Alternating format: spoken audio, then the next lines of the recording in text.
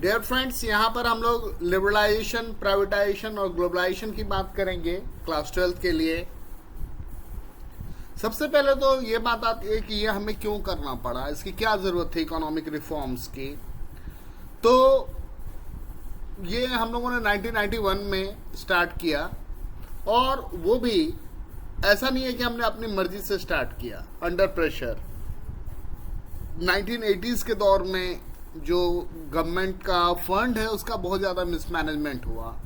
अगर Indian scenario का political aspect उठा करके आप देखिएगा तो आपको लगेगा कि जो गवर्नमेंट है वो स्टेबल नहीं है। छोटे छोटे समय खंड के लिए गवर्नमेंट आ रहा है और जा रहा है, और ऐसे में कोई टिक करके कोई पॉलिसी कभी नहीं बन रही है, तो स्टेबिलिटी नहीं आएगी। और उसकी वजह से क्या है कि कोई अकाउंटेबिलिटी भी नहीं बन करके आ रही है। तो क्या हुआ कि पब्लिक सेक्टर जो है उसका परफॉर्मेंस सही नहीं था। जो हमारा बैलेंस ऑफ पेमेंट था, मतलब जो दूसरे कंट्री को हमें पैसा देना है, वो भी, उसकी भी हालत बुरी थी। इन्फ्लेशन का प्रेशर था, कीमतें बढ़ती जा रही थी। जो फिक्स्ड इनकम क्लास है वो बहुत मुसीबत में थे। फॉरेन एक्सचेंज भी, उसका भी जो भंडार है वो भी कम हो रहा था। हमारे ऊपर डेब्ट का बर्डन बढ़ रहा था, और जो पूरा सिस्टम एज अ होल है उसका मैनेजमेंट इनएफिशिएंट था, सही तरीके से मैनेजमेंट नहीं चल रहा था। तो ऐसे में हम लोग गए आरबीआई, इसके पास, वर्ल्ड बैंक के पास और आईएमएफ के पास। तो उन्होंने हमें कहा कि आपको अपने पॉलिसीज में रिफॉर्म्स लाने होंगे।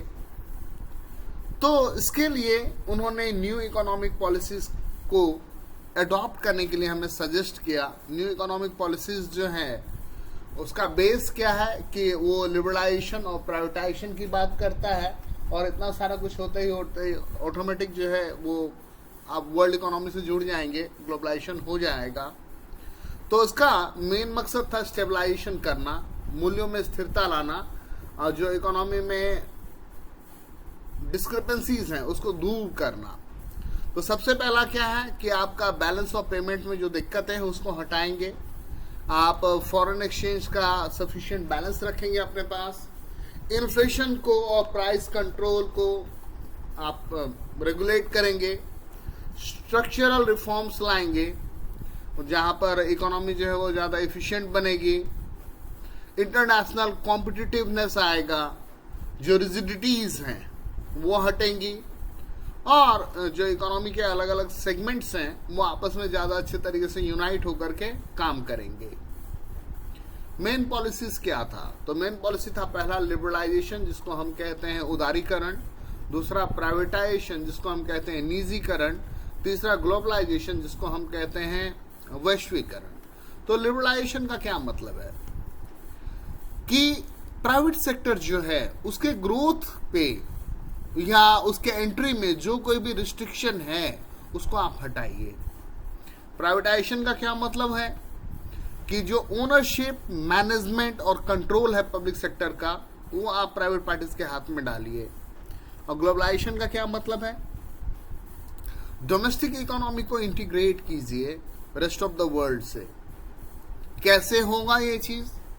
तो गुड्स एंड सर्विसेज का एक्सचेंज होगा, कैपिटल का एक्सचेंज होगा, टेक्नोलॉजी का एक्सचेंज होगा, फ्री मूवमेंट होगा ह्यूमन कैपिटल का, और इससे क्या आएगा? फाइनेंशियल इंटरडिपेंडेंस बढ़ेगा कंट्रीज के बीच में, और क्रॉस कल्चरल एक्सचेंज भी होगा।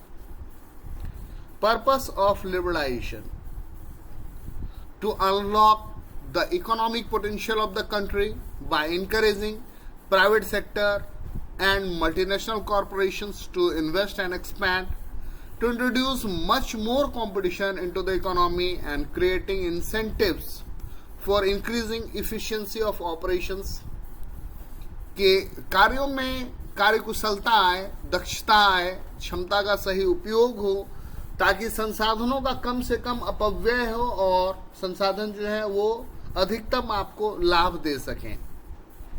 इसके लिए इंडस्ट्रियल सेक्टर रिफॉर्म किया गया, फाइनेंशियल सेक्टर रिफॉर्म किया गया, टैक्स में रिफॉर्म लाया गया, फॉरेन एक्सचेंज मैकेनिज्म में रिफॉर्म लाया गया, ट्रेड और इन्वेस्टमेंट पॉलिसी में भी रिफॉर्म लाए गए। Industrial sector reforms: reduction in industrial licensing, monopolies और रिस्ट्रिक्टिव ट्रेड पार्टीज एक्ट को अबॉलिश किया गया। D reservation under small scale industries, small scale industries के लिए ज्यादा लक्ष्य रखे गए, उनको एंट्री दी गई। Decrease in the role of public sector, और हर चीज अब गवर्नमेंट ही कर रहा है ऐसा नहीं, पब्लिक सेक्टर को भी अनुमति दी गई। फाइनेंशियल सेक्टर में क्या रिफॉर्म थे, तो आरबीआई का रोल चेंज हो, प्राइवेट बैंक्स की एंट्री हो, फॉरेन इन्वेस्टमेंट का लिमिट बढ़ाया जाए, और एक्सपेंशन प्रोसेस, अगर एक बैंक है वो अपना ब्रांच खोलना चाह रहा है और बड़ा करना चाह रहा है तो वो हो। टैक्स रिफॉर्म्स, टैक्स रिफॉर्म्स में क्या है कि गवर्नमेंट ने अपनी टैक्सेशन पॉलिसी को या पब्लिक एक्सपेंडिचर पॉलिसी को जिस इस दोनों चीज को मिला देते हैं तो वो फिस्कल पॉलिसी कहलाता है। तो फिस्कल पॉलिसी में परिवर्तन लाया। कैसे लाया, तो डायरेक्ट टैक्स जो है उसमें और जो इनडायरेक्ट टैक्स है उसमें फेरबदल किए गए। डायरेक्ट टैक्सेस क्या होते हैं, तो ये वैसे टैक्सेस हैं जो जिस व्यक्ति के ऊपर लगाए जाते हैं उसी से वसूले जाते हैं। इनडायरेक्ट टैक्स क्या है, ये ऐसे टैक्स हैं जो लगते हैं आपके इनकम एंड प्रॉपर्टी पे, और ये उसका लगाने का तरीका जो है वो कंजम्पशन एक्सपेंडिचर के मार्फत से लगता है, और ये गुड्स एंड सर्विसेज पे लगाए जाते हैं। जो टैक्स रिफॉर्म्स थे उसके अंतर्गत क्या था कि रिडक्शन होगा टैक्सेस में, रिफॉर्म्स लाए जाएंगे इनडायरेक्ट टैक्स में, और जो प्रोसेस है उसको सिंप्लीफाई किया जाएगा कि आप खुद भी भर सकते हो, सेल्फ डिक्लेयर कर सकते हो। फॉरेन एक्सचेंज रिफॉर्म्स भी किए गए। सबसे पहले तो डिवैल्यूएशन की गई। डिवैल्यूएशन जो है बेसिकली वो इंपोर्ट को हटाने के लिए और एक्सपोर्ट को प्रमोट करने के लिए इंपोर्ट सब्स्टिट्यूशन और एक्सपोर्ट प्रमोशन का मेजर होता है। Devaluation refers to reduction in the value of domestic currency by the government. Depreciation of currency एक अलग एस्पेक्ट है। डिप्रिशिएशन और डिवैल्यूएशन में आपको कंफ्यूज नहीं होना है। डिप्रिशिएशन क्या है कि मार्केट फोर्सेस की वजह से वैल्यू घट रही है, जो कि घट भी सकती है बढ़ भी सकती है, लेकिन डिवैल्यूएशन जो है ये एक ऑफिशियल स्टेप होता है जहां पर गवर्नमेंट जो है वो जान समझ करके सोच समझ करके पैसे के जो करेंसी चल रहा है उसके वैल्यू में रिडक्शन लाती है। और market determination of exchange rate, government ने क्या किया कि एक्सचेंज रेट को फिक्स मत करो, उसको मार्केट फोर्सेस से डिटरमाइन होने दो कि जिस पर्टिकुलर करेंसी का डिमांड ज्यादा रहेगा और मान लीजिए सप्लाई कम रहेगा, ये डिमांड कर्व है ये सप्लाई कर्व है, ठीक है, इक्विलिब्रियम है। अब मान लो कि डिमांड बढ़ जाएगा तो इक्विलिब्रियम प्राइस बढ़ जाएगा, ये चीज। Trade and investment policy reforms. Objective: to increase the international competitiveness of industrial production. जो हमारे फर्म्स हैं उनको प्रोटेक्शनिज्म के तहत बचाने की आवश्यकता नहीं है, उसको खुला छोड़ो ताकि वो भी इंटरनेशनल फर्मों की तरह, कॉम्पिटिटर्स की तरह ज्यादा प्रोडक्टिव, ज्यादा कॉम्पिटिटिव और ज्यादा प्रॉफिट सीकिंग हो जाए। To promote foreign investment and technology into the economy, economy में विदेशों से पैसा आ सके, विदेशों से टेक्नोलॉजी आ सके। To promote efficiency of local industries, जो लोकल इंडस्ट्रीज हैं वो ज्यादा इफिशियंट, ज्यादा कार्यकुशल, ज्यादा कार्य सक्षम हो सकें और मॉडर्न टेक्नोलॉजी आए। To import trade and investment policy reform, क्या होगा कि क्वांटिटेटिव और इंपोर्ट एक्सपोर्ट पे जो बैरियर है उसको हटाइए, एक्सपोर्ट ड्यूटीज हटाइए, इंपोर्ट ड्यूटीज हटाइए, और लाइसेंसिंग सिस्टम जो LPQ है, लाइसेंस, परमिट और कोटा, वो हटा करके LPG कीजिए, लिबरलाइजेशन, प्राइवेटाइजेशन और globalisation. Positive and negative trades of globalisation, इसका पॉजिटिव एस्पेक्ट क्या है, नेगेटिव क्या है, इस पे अच्छा खासा एक क्वेश्चन बनता है। तो फेवर में अगर हम बात करेंगे तो जब आप ग्लोबलाइजेशन करते हैं तो आपको ग्लोबल मार्केट मिलता है, एडवांस टेक्नोलॉजी मिलती है, बेटर फ्यूचर प्रोस्पेक्ट मिलते हैं लार्ज इंडस्ट्रीज के लिए डेवलपिंग कंट्रीज में कि वो अभी बाहर अपना सामान बेच सकता है। ग्लोबलाइजेशन के खिलाफ क्या है कि benefits of globalisation accrue more to develop countries, जो डेवलप कंट्रीज हैं उनको ज्यादा बेनिफिट है, they are able to expand their markets in other countries, वो ज्यादा तेजी से, ज्यादा आसानी से दूसरी जगहों पर फैल सकते हैं। Globalisation compromises the welfare and identity of people belonging to poor countries.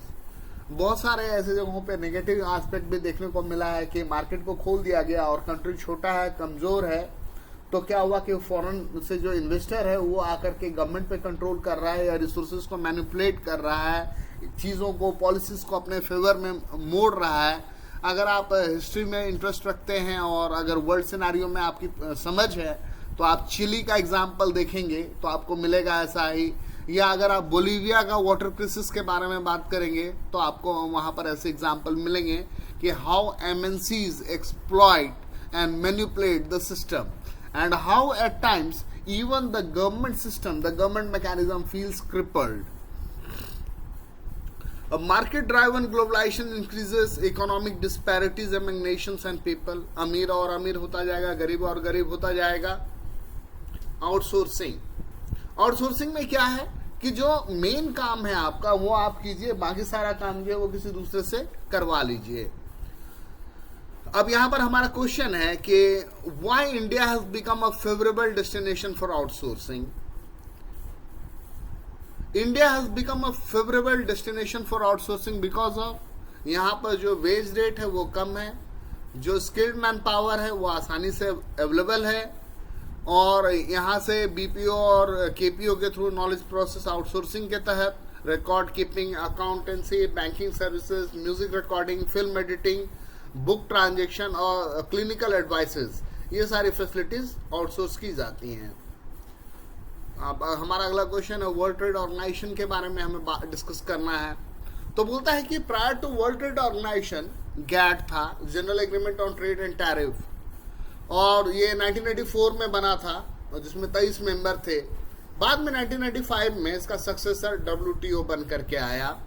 WTO का काम क्या है? World Trade Organisation. तो सिंपल बात है कि ग्लोबली ट्रांजैक्शंस हो रहे हैं, ट्रेड हो रहे हैं, तो मेंबर कंट्रीज में economic growth, peace, prosperity, development, understanding, sense of belongingness ये बने. और अगर कोई भी डिस्प्यूट हो तो no dispute should escalate in full fledged war, वो वॉर नहीं बने और उसका जो पीसफुल रेमेडी है, ठीक है, वो हो जाए. To facilitate international trade both bilateral और मल्टीलैटरल. बायलैटरल का मतलब क्या हुआ कि दो कंट्रीज के बीच में, मल्टीलैटरल के दो से ज्यादा कंट्रीज इन्वॉल्व हैं, और जो कोई भी टैरिफ और नॉन टैरिफ बैरियर है उसको हटा दिया जाए. To establish a rule based trading design in which nations can not place arbitrary restriction. आप अपने मन से रिस्ट्रिक्शंस बना करके नहीं डाल सकते. To ensure production and trade of services, production हो ट्रेड ऑफ सर्विसेज का. टू प्रोटेक्ट द एनवायरमेंट, और आज की डेट में एनवायरमेंट को प्रोटेक्ट करना भी उतना ही आवश्यक है. आपको मालूम है ग्लोबल वार्मिंग हो रहा है, बहुत सारे हैबिटाट उजड़ रहे हैं, और ऐसे में हमारे जान माल को भी खतरा है. ओजोन लेयर डिप्लीशन हो रहा है, तो उसको बचाना भी बहुत आवश्यक है. An appraisal of LPG policies. Economic reforms का क्या है? तो इकोनॉमिक ग्रोथ का रेट जो है वो डेवलप हुआ है, फॉरेन इन्वेस्टमेंट आया है, फॉरेन एक्सचेंज रिजर्व अब हमारे पास पहले से ज्यादा है, हम पहले से ज्यादा एक्सपोर्ट कर रहे हैं, इन्फ्लेशन को भी हम कंट्रोल कर पा रहे हैं, और प्राइवेट सेक्टर जो है वो अब खुल करके अपनी भागीदारी दिखा पा रहा है. तो इस तरीके से LPG पॉलिसीज का अप्रेजल होता है. और क्रिटिसिज्म अगर देखें तो किसी भी चीज का सिर्फ एक एस्पेक्ट नहीं देखना चाहिए, मल्टी एस्पेक्ट लेना चाहिए. तो अगर हम क्रिटिसिज्म की बात करें तो अनएम्प्लॉयमेंट बढ़ा है क्योंकि मशीन ड्रिवन हो गई है. जो अनस्किल्ड लेबरर्स थे, अनस्किल्ड वर्कर्स थे, वो सारा काम मशीनों से होने लगा है. नेग्लेक्ट ऑफ एग्रीकल्चर, खेती की अवहेलना की गई है, खेती को मतलब क्या बोलिएगा, बैक बेंचर बना दिया गया है, और खेती में भी जो ओल्ड टेक्निक था वो सब खत्म हो गया है. जो कमर्शियल कैश क्रॉप हो सकता है उसको उगाया जा रहा है. पब्लिक इन्वेस्टमेंट की कमी हुई है एग्रीकल्चर में, और सब्सिडी वगैरह बोलिएगा तो वो उसको गवर्नमेंट ने कम किया है, लिबरलाइजेशन कर दिया है, इंपोर्ट ड्यूटी घटा दिया है. तो कई बार बाहर से जो बना हुआ सामान है वो यहाँ इंडिया में सस्ता होता है, तो इंडियन सामान रह जाता है बिकने के लिए. और जो हमारा मेंटालिटी है वो कैश क्रॉप्स की ओर मूव कर गया है. इंडस्ट्रियल ग्रोथ में भी कमी आई है क्योंकि इंपोर्टेड जो सामान है वो सस्ते हैं. इंफ्रास्ट्रक्चर की कमी है, नॉन टैरिफ बैरियर आपने लगाया है, और जो डेवलप्ड कंट्रीज हैं वो बहुत तरह के बैरियर लगा करके आपके सामानों के साथ अड़चने पैदा करते हैं, और जो डिसइन्वेस्टमेंट की पॉलिसी है वो बहुत अच्छी नहीं रही है, टैक्स पॉलिसी भी बहुत अच्छी नहीं रही है, और कंज्यूमरिज्म जिसको कहते हैं ना मटेरियलिस्टिक कल्चर वो फैला है, और जो ग्रोथ हुआ है वो अनबैलेंस्ड ग्रोथ हुआ है कि हर सेक्टर ग्रो कर रहा है, इक्वली ग्रो कर रहा है, ऐसा नहीं है। तो दोस्तों इतना ही था। Thank you.